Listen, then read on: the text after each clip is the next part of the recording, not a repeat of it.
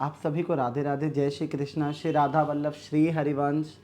और मैं एक व्यक्ति के बारे में कहना चाहूँगा। उन्होंने कमेंट कर रखा था कि भैया की ऐड को स्किप मत करना और पूरी ऐड देखना। तो मतलब पूरी ऐड देखते हैं तो कुछ मुझे ज़्यादा मिलता है, उनको ऐसा लगता होगा मेरा भाई। इसके लिए बहुत बहुत धन्यवाद। ये जो प्रेम होता है ना, मुझे आप लोग फैमिली की तरह लगते हो। सही बात है कि मैं कमेंट देखता हूँ, रिप्लाई देना सबका मुश्किल हो जाता है, पर मैं कई बार अकेले में होता हूँ या समय मिलता है तो मैं कमेंट को ज़रूर देखता हूँ। और मैं एक ऐसा चमत्कार मेरे साथ जो हुआ, और इससे मुझे श्री जी ने एक सीख दिया, जो मुझे ये सीख याद है। और मतलब हम लोग, जैसे कि मैं एक्सप्लेन करना चाहूँ तो जैसे हम लोग जवानी में भागते हैं कि मेरा बेटा या मेरा बहू या मेरा फलाना या मेरा वो आदमी साथ देगा या वो मेरे साथ खड़ा होगा। तो इस चीज़ के ऊपर दिया था मुझे एक मेरा दोस्त था, और जिसके लिए मैंने मतलब उसके वक्त पे काम आया था, तो वो मेरे कई बार आ भी जाता था। बट मैंने उसको फ़ोन करा, ये बात परसों की है। ये बात परसों की है। परसों मैंने क्या हुआ था, मुझे एक्चुअली मैंने अपनी दवाइयाँ खाई हुई थी, सारी जो रात की दवाइयाँ थी वो दवाइयाँ खाया हुआ था। और मुझे थोड़ा सा ना जुकाम सा हो रहा था, तो मैंने जुकाम की गोली लेके खा लिया था शायद वो 1.5 घंटे के उसमें। मुझे जुकाम बहुत ज़्यादा मुझे हो रहा था और उसकी वजह से दिक्कत हो रही थी मुझे। मैं 1.5 घंटे उसमें खा लिया। अराउंड रात को 2 बजे के आसपास मुझे इतनी बुरी तरीके से घबराहट होने लग गई, इतनी बुरी तरीके से घबराहट होने लगी जिसका कोई जवाब नहीं।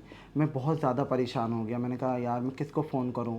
मैंने एक दोस्त को फ़ोन करा, तो उसने कहा भाई मैं कल आ जाऊंगा, मैं कल, आज मैं नहीं आ सकता, मेरी हिम्मत नहीं हो रही है, मेरा ये नहीं हो रहा है। मतलब होता है, लोग बहाने भी बना देते हैं काफ़ी। मेरे साथ तो ऐसा मैंने, पर मुझे इस बात का अफसोस मतलब हमेशा ये रहता था कि वो व्यक्ति मेरा साथ खड़ा होगा, ये मेरा साथ देगा। बट ये मेरा एक भ्रम था जो श्री जी ने मुझे निकाला, और उन्होंने ये बताया कि मेरे अलावा कोई नहीं है। बट जैसे तैसे मैं कहे भगवान, ऐसे तो घबराहट, क्योंकि जब घबराहट और बेचैनी होती है ना तो दिमाग काम नहीं करता, अंदर से एक अजीब तरीके से होता है कि मतलब जिसको हुआ है उसे पता होगा। अब तो मैं बहुत ज़्यादा परेशान हो गया, शायद वो गोली की वजह से हो गया, क्योंकि वो गोली भी गर्म थी और जब मैं दवाइयाँ खाता हूँ वो भी बहुत ज़्यादा हाई पावर की और गर्म होती हैं, क्योंकि उससे खाने से मुझे पसीने बहुत ज़्यादा आते हैं। तो वो घबराहट और पसीना बहुत ज़्यादा आने लग गया। मैं बहुत परेशान हो गया, मैंने कहा किसको फ़ोन करूँ, क्या करूँ। और लास्ट में मैं सबको करा, किसी ने उठाया नहीं, किसी ने उठाया तो बहाने लगा दिया, किसी ने कुछ करा। अब बस बैठ गया, मैंने कहा हे श्री जी, बस तुम्हारा ही आश्रय है। और श्री जी मैं क्या करूं, मुझे समझ नहीं आ रहा। मतलब अंदर से बहुत ज़्यादा बेचैनी कि मैं क्या करूं, मुझे बहुत दिक्कत हो रही है। और मतलब कुछ दिमाग बिल्कुल काम ही नहीं कर रहा था। मैं कहा श्री जी, फिर मैं बाबा का वो एक श्लोक है कि किसी से भरी परिस्थिति हो, अब मैंने राधा नाम का जाप स्टार्ट कर, मैं कहा श्री जी जाप कर रहा हूँ। फिर एक वो मंत्र था, क्या नाम है, कृष्णाय गोविंदाय हरे परमात्मने प्रातः कलेश नाशाय कृष्णाय गोविंदाय नमो नमः। मैं इसका भी जाप कर, मैंने कहा शिव जी बस किसी भी तरीके से निजात दे दो, रात का टाइम है, मैं क्या करूं। और उसी टाइम पे मैंने दरवाज़ा खोला। दरवाज़ा खोलने के बाद मेरी बालकनी से मैंने नीचे देखा तो एक रैपिडो वाला खड़ा था। रैपिडो वाला खड़ा था तो मैंने उसको ऊपर बुलाया। अब आप लोग कहेंगे जहाँ आसपास रहता हूँ यहाँ किसी को नहीं पता कि मैं यहाँ रहता हूँ। निकलता हूँ तो मुंह माँ ढक के निकलता हूँ, और बहुत मैं प्राइवेसी से रहता हूँ, क्योंकि आपको पता है कि मेरे मुल्ले भी बहुत पीछे पड़े हैं, मैं तो किसी से डरता नहीं, साफ नाम लूँगा।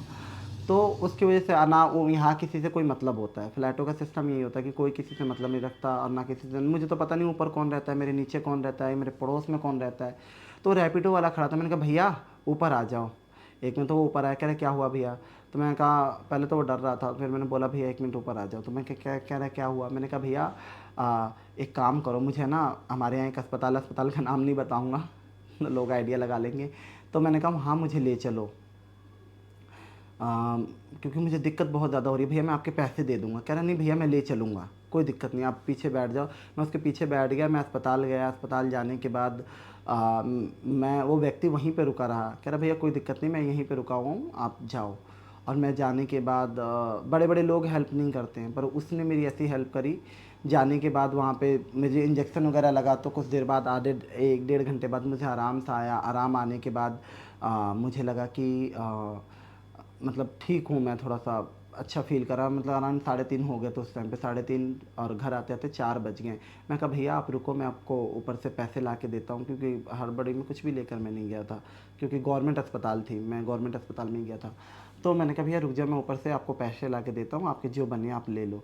तो मैं कहा 500 का नोट है, मैं दे दूं भैया को, क्योंकि भैया ने मेरे लिए वो करा है कि मैं जितना भी दे दूँ उतना कम है। एहसान रहता है लोगों का, जो लोग मेरे साथ ऐसे खड़ा रहते हैं।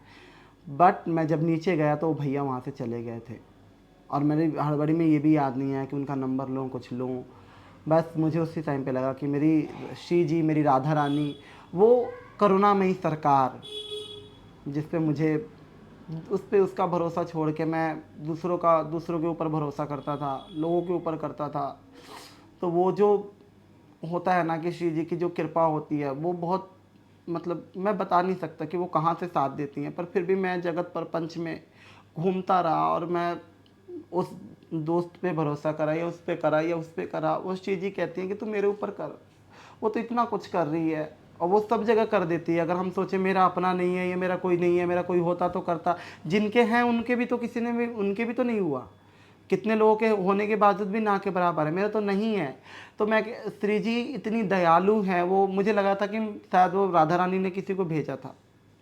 जब मैंने वो चीज़ में बैठ के सोचा, मैं फिर 5 बजे से मुझे नींद आ गई थी, मैं सोया, सोने के बाद मैं उठा, फिर मैं पूरा दिन और 2 दिन से लगातार मन में सोच रहा हूँ कि श्री जी कौन था वो, और कहाँ से आपने भेजा था श्री जी, कैसे आप मदद कराते हो, और कैसे आप वो करते हो।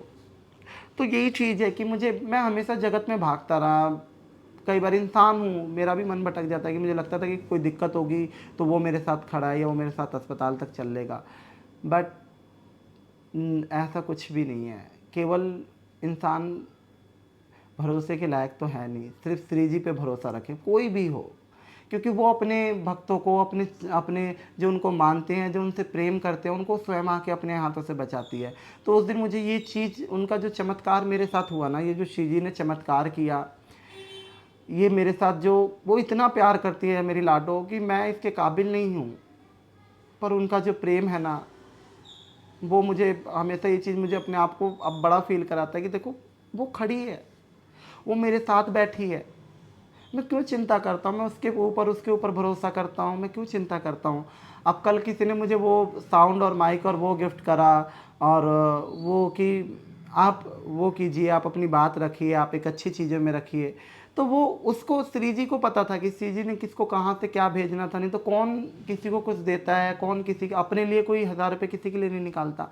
मेरे लोग आगे बढ़ के मदद करते हैं। और जो लोग मुझे बोलते, एक व्यक्ति बोल रहा था कि आप पैसा कमाने का, गिफ्ट पाने का, और पता नहीं क्या क्या बोल रहा था वो, कि इससे बहुत फ़ायदा होता है, या मतलब अच्छा है पैसा ठगने का। वो भैया, मैंने आज तक ठगी करी नहीं, ठगी करता ना तो इतनी दिक्कत नहीं उठानी पड़ती। और दूसरी चीज़, मुझे किसी को सफाई देने की ज़रूरत नहीं है, और मैं तुम जैसे लोगों को बता रही हूँ कि तुम्हारे दिल में इतनी भी अगर शर्म होगी ना, कहीं डूब के मर जाना।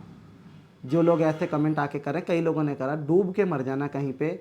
और कुछ मुसलमान इतने बुरे बुरे कमेंट करें जिनको मैं देख रही हूँ, डूब के मर जाना, कि कर्मा सबका वापस आता है। मैंने अभी, मेरे डॉक्टर ने 15 दिन पहले, मेरे ख्याल 4 सितंबर को एक टेस्ट लिखा हुआ था। वो टेस्ट मेरा काफ़ी कॉस्टली है, अभी मेरे पास पैसे नहीं है, तो मैंने वो टेस्ट रोक रखा है। अगर मैं ठगी करता ना, या लोग मुझे बहुत ज़्यादा वो करते ना, तो आज मेरा कहीं ना कहीं कुछ ना कुछ होता। ठीक है। तो ये टेस्ट के लिए उन्होंने 4 सितंबर को टेस्ट लिखा हुआ था, और अभी फ़ोन में पड़ा हुआ है, और वो मैंने अभी तक नहीं कराया। तो मुझे शर्म आनी चाहिए, मुझे ऐसी बात बोलते, मुझे देख के तकलीफ़ होती है, क्योंकि मैं ना ज़मीन से जुड़ा हुआ, मैं कोई इन्फ्लुएंसर या कोई बहुत बड़ा वो नहीं हूँ कि मेरे पीछे कोई बोले तो मैं सुनूंगा नहीं, मैं वो नहीं करूँगा। तकलीफ़ होती है कि यार, इस ज़माने में देखो लोग कैसे कैसे हैं, कि किसी की तकलीफ़ों को कोई नहीं समझ सकता, किसी के दुख को कोई नहीं समझता है। पर वही बात है कि एक, मैं कुछ पढ़ रहा था, कहीं देखा हुआ था कि दुनिया नमक लिए घूम रही है, और मैं दुनिया के आगे अपना जख्म खोल बैठा। मरहम तो लगाने से रही दुनिया, पर जख्म पे नमक ज़रूर लगा देती है। तो आप लोग, मैं तो ये सोचता हूँ कि जो ऐसे ऐसे कमेंट किसी को भी उल्टी सीधी कमेंट करते हैं, उनका पता नहीं कैसे दिल करता है कि दूसरे के ऊपर ऐसे ऐसे कमेंट करना। वैसे भी मैं देख रहा था, एक वेरीफाइड आईडी मेरे ऊपर ज्ञान दे रही है कि आपको लहसुन प्याज नहीं खिलाना चाहिए था। उन्हें खुद को शर्म आई, कभी उन्होंने आके मेरी हालत भी पूछी है, मेरी स्थिति पूछी है, वो तो नहीं पूछी गई।